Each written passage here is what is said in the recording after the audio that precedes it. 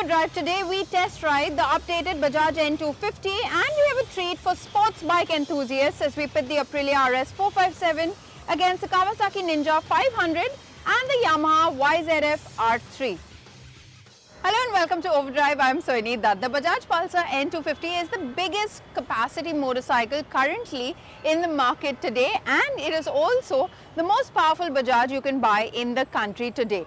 It now offers good value for money and has addressed all the previous shortcomings of the motorcycle. Here's Chris with all the details.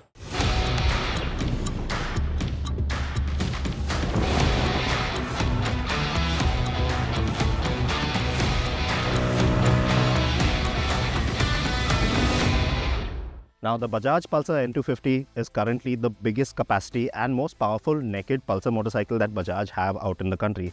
And, well, it offers good value for money for the 1.5 lakh rupees that Bajaj are asking for it. But it does come with its shortcomings. Now, the year is 2024 and Bajaj say they have addressed these shortcomings mostly to do with the features that this bike has to offer. And we are out here today to find out if that holds true. Now on the visual front, the bike pretty much resembles the same as it did before, but then again you do have new decals on the bodywork, and of course you cannot miss that big upside down fork. Well, with this paint scheme it comes in the gold color. The black motorcycle, it's painted all black.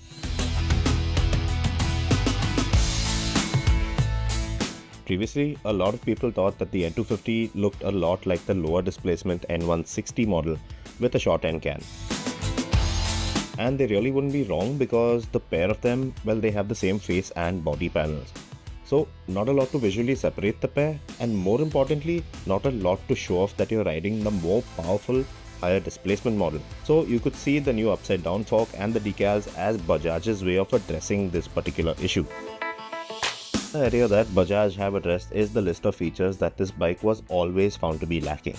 Now, while the N250's LCD display might look like it was borrowed straight out of the updated N160's parts bin, well, this one comes with turn-by-turn navigation in addition to Bluetooth connectivity. There's also switchable traction control on there now. Yes, a Pulsar with traction control. And 3 ABS ride modes of road, rain and off-road, which alter the levels of ride aid intervention.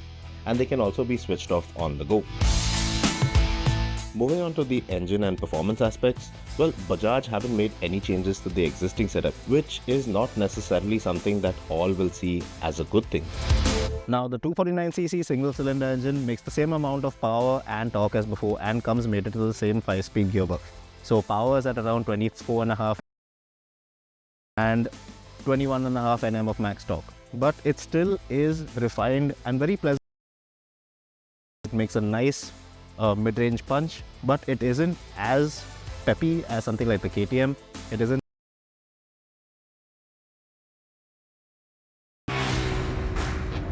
The motor throws a decent mid and top end punch, but it still feels like it's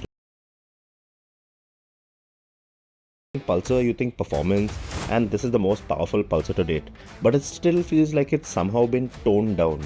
A little soft, a little too comfortable, not like the teeth clench Pulsars of the past. But now if you're going at it easy, you really won't find the brakes too soft or any problem with the performance front, because the bike feels tame and very tractable too. So as far as the traction control system is concerned, do you really need it on there? The answer is no, but it's a safety feature at the end of the day, so there'll definitely be some riders out there that will find it helpful. With the way this bike's suspension is tuned, this is still the most comfortable Pulsar you can get your hands on today. Now, the riding position, like before, is very manageable in the city, not too committed, not too sporty, but long stints in the saddle shouldn't be a real task. And of course, the new suspension up front, well, the front end, it feels really nice and light, very manageable through traffic in the city. An altered caster angle and the new fork up front make this bike's handlebar feel exceptionally light, allowing you to snake past slow or standstill traffic with ease. It's just that when you pick up the pace, that you will feel the front judder a bit, which can be a bit annoying on long highway stints. And that's a bit odd actually, because otherwise the front end feedback is good through corners and you can correct your line through the corner at a decent clip quite well with a slightly broader section to your tire. So overall, has Bajaj managed to make the Pulsar N250 more appealing than before? For sure they have. It looks slightly better than before, and you certainly get a lot more bang for your buck in terms of features. It's definitely an improvement over the older model, but for some reason, according to me, it's still not quite what you would expect from a bike that brandishes the Pulsar badge. Now, the updated Pulsar N250 will set you back by 1,51,000 rupees, which makes it around, 1,500 rupees more expensive than the earlier model. And that's not a lot considering what all Bajaj has thrown into this bike in terms of the Bluetooth connectivity for the dash, well, the ABS, the traction control. It all makes a lot of sense, and well, it does make this motorcycle a more complete package. So, well, Bajaj have held true to their word.